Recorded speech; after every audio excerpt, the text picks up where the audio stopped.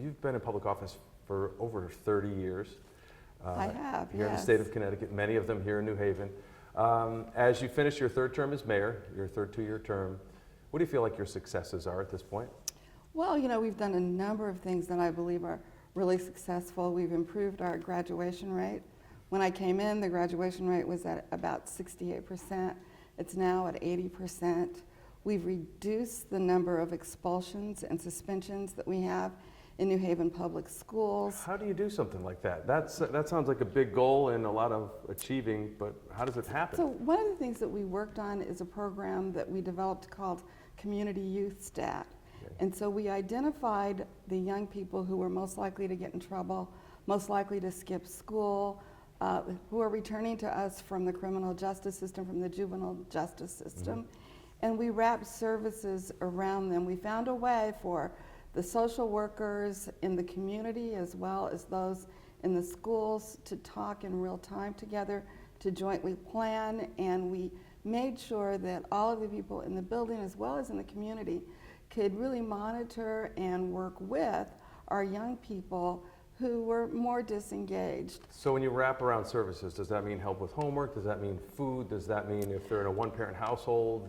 Sure, Supervision? it What does that mean? means all of that. It means that if the child needs a job after school because the family is struggling, it means if the child needs to have something to do, someone to identify what their positive qualities are and then to support those. If the child looks like they're not going to be able to graduate on time, how do we help them do that? If the child looks like they are not going to go on to college, and we know that you have to go beyond a high school diploma, then we've worked in a program, we developed a program called Career Pathways that got them an OSHA 10. They learned carpentry, they learned a work in the service industry, and a lot of work that could be preliminary to them going to work in the security field. So we did all of those things so that when they graduated from high school, and we worked really hard to make sure they did that, right. They'd be able to get a job immediately. So one of the things that we were looking at when I first became mayor is that young people were being killed in our community. And I wanted that to stop. I didn't want New Haven to be known as a community where children can't grow up. You said before you've been to too many funerals. Too many funerals. One of the biggest challenges with New Haven, it's been a violent city for years, not just under your tenure. It's been one of the most violent cities in America. It's a difficult thing to crack for anybody who's in the top job in New Haven. How can you get some continuity in the police department? Well, you know, we have done that. But the other thing that I just want to be clear, we had that reputation. It's no longer that. And since we've instituted these programs, we haven't lost one kid in New Haven. We haven't lost one young person in our high school or lower. And so I'm really proud of that because we've made it an emphasis that someone can grow up and have a future here in New Haven. But on the police department, we're one of the real community-based policing departments in the country. And I would say that our police department is one of the best. Where we ran into problems, it took us 6 years to get a contract with our police department. We finally signed it earlier this month. And that was a long slog to try to get that done, right? Long haul, but it's a great contract. A lot of people left. Many of them want to come back. It's so good. So the previous chief left and went into the private sector. Benefits were among the reasons he said why. Do you think this new contract solves that? I think it absolutely solves it for police officers and those who are really not in the higher echelon because they're in the executive and management. Right. And all of that has to go through the Board of Alders. It's an entirely different process. But for the vast majority, and there are only about 7 in our police department that applies to, but it includes the chiefs. But everyone else has a wonderful contract. And I believe that we're going to be able to attract people who want to be police officers and will come to New Haven, as I said before, because of community-based policing and the real close relationship between our police department and the community. We police differently than almost everyone else. How? Community policing isn't new. It's been around for a long time. How But does New nobody Haven does do it? it the way that we do it. We do a couple of things. We've divided our city into districts. And we have a district manager who knows everybody in the community. One of the things that we did during my administration is to give every single police officer their own cell phone. They give that number out to people in the community. We have cameras, body cameras, that our police officers use so that they're held accountable for their interactions with people. But they also do wonderful things, like we just had a huge toy and coat drive citywide. They do that. Yeah. They provide food. Firefighters involved in that as well? Firefighters as well.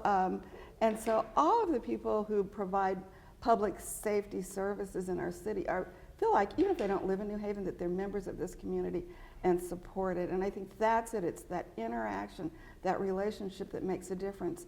For people who are on a bad track, as you've seen that we have been worried about the increase in shooting. And we have, some of the violent crime, some of the sexual assault crime has been up in the most recent report. It's been up. It's a hard thing to battle. When the police chief changes year in and year out, or over, a police chief's around for 2 years and then leaves and then another one comes in, you have Chief Ray's now.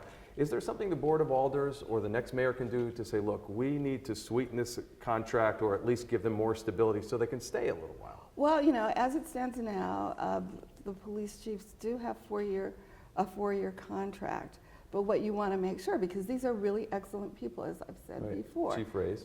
Chief Reyes grew up in New Haven. He still lives in New Haven, went to New Haven Public Schools, and actually got his graduate degree at the University of New Haven. So he is committed to this city, and the real question is, he's getting close to retirement, and he's excellent. And the real question is, will we make sure that he has the kind of salary that will keep him here, that he has the kind of benefits that will keep him here? Because we did lose Chief Campbell because the benefits were not good enough. But it was the benefits that are passed by the board, not those that are negotiated through our contract process. Is that one of the biggest challenges any mayor's going to have in New Haven, is trying to get a comprehensive plan for a police chief, or maybe some of the other town leaders, to make sure that they will stay? Is that a challenge? Well, I think it's a challenge. One of the things that we've got to make sure is that we're paying adequately for our executive management staff, and that our benefits are commensurate with other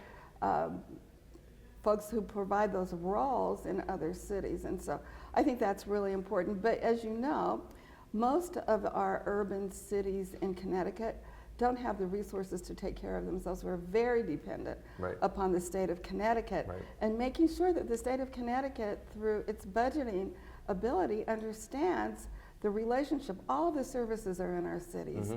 All of the things, the biggest hospital in the state, if not, I think the fourth biggest in the whole country, is located here. So those services are here. Our mental health services, our behavioral health services are here. So state aid is vital to try to... State aid is absolutely vital. And if you think about Connecticut, it's about the size of Los Angeles County. So they've got to help cities like New Haven, Bridgeport, Hartford with educational costs, with costs for our public services, and all of that, because we're small cities. New Haven is 18.7 square miles.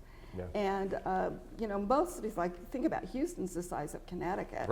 And so if you think about distributing the costs for running even our state and our cities across millions of people as opposed to 130,000, you can see where we really do need to change the way in which we see our cities. We absolutely depend upon them.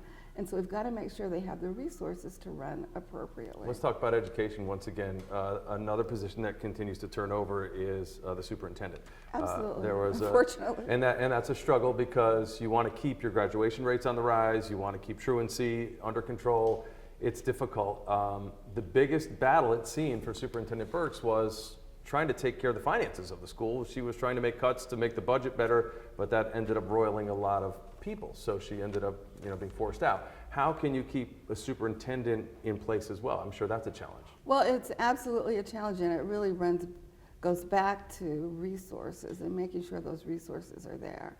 I think there were people that felt there might be some fat in the New Haven public schools budget, but in all honesty, I think across every department, we're getting close to starting to grind those bones in our system. And so ultimately, again, we need to get more resources from the state.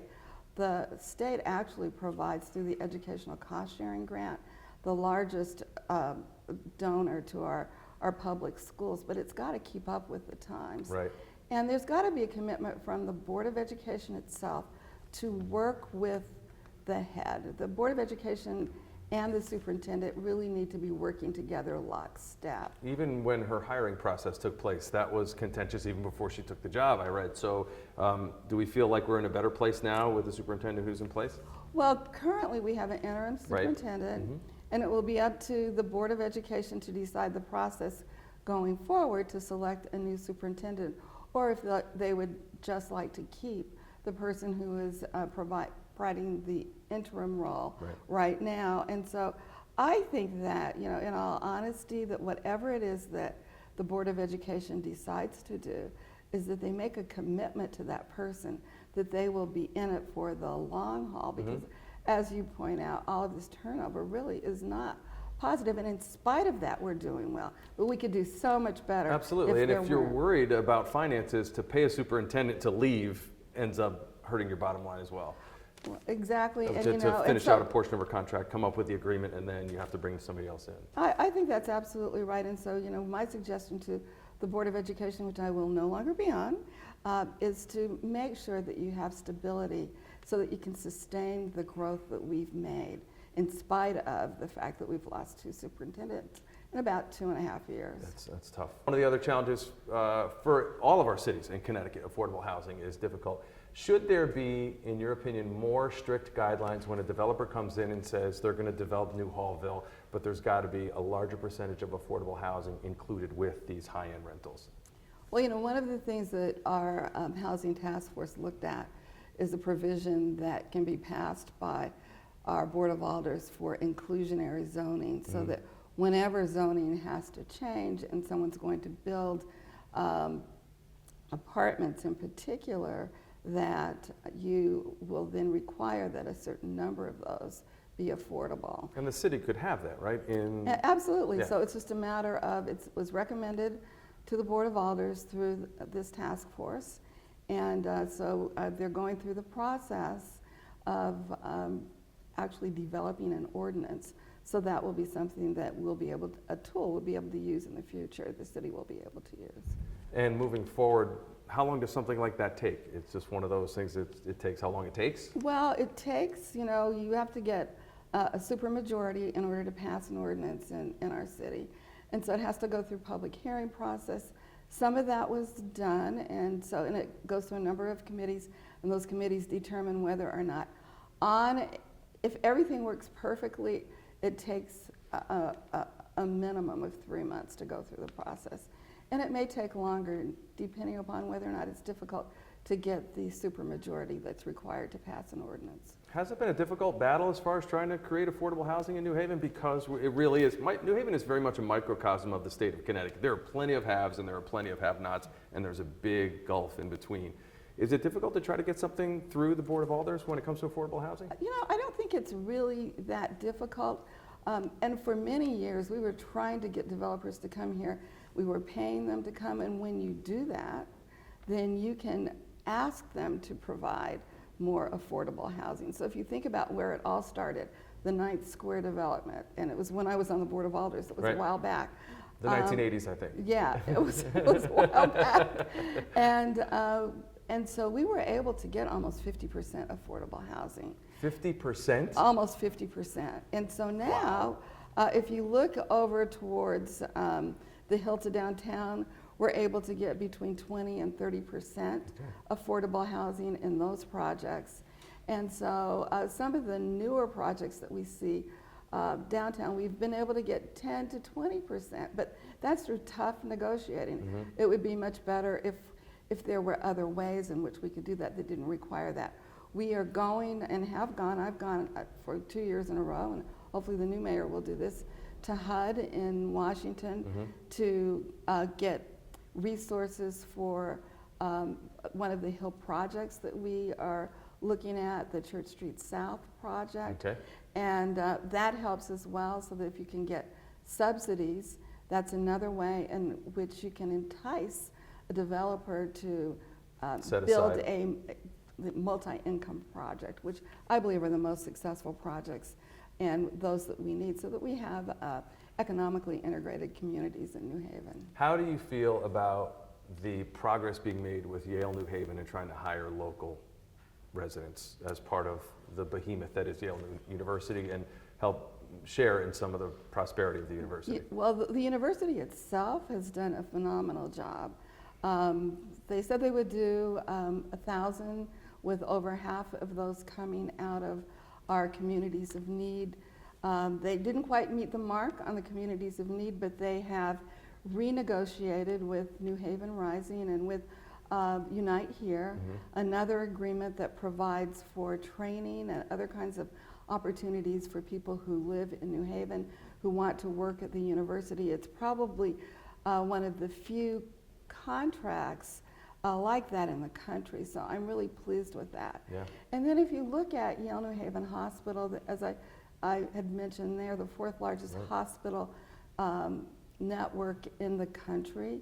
And while they haven't been going through New Haven Works, which we set up for New Haveners to come to get jobs, they have a commitment as well to hire New Haven and have been doing a laudable job. Have they committed to any numbers?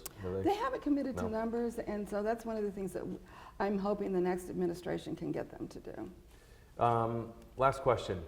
You said that you're not going to retire from public life, even though you won't be the mayor anymore. What's next for you, and what would you like to see for your city? Well, I'm going to continue working in the community, and I started before I was mayor. I worked with the homeless population, so I'm likely to do some sort of volunteer work with that. And as has been made really clear, I'm a senior. I'm going to be working with our senior centers and making sure that I can advocate on behalf of those who have the greatest need in our community. I think my advocacy voice is still one that can be heard both here as well as in Hartford and in Washington. So those are the things that I'll be working towards. Mayor Harp, thank you for your time today. Thank you. This is Face the Facts with NBC Connecticut.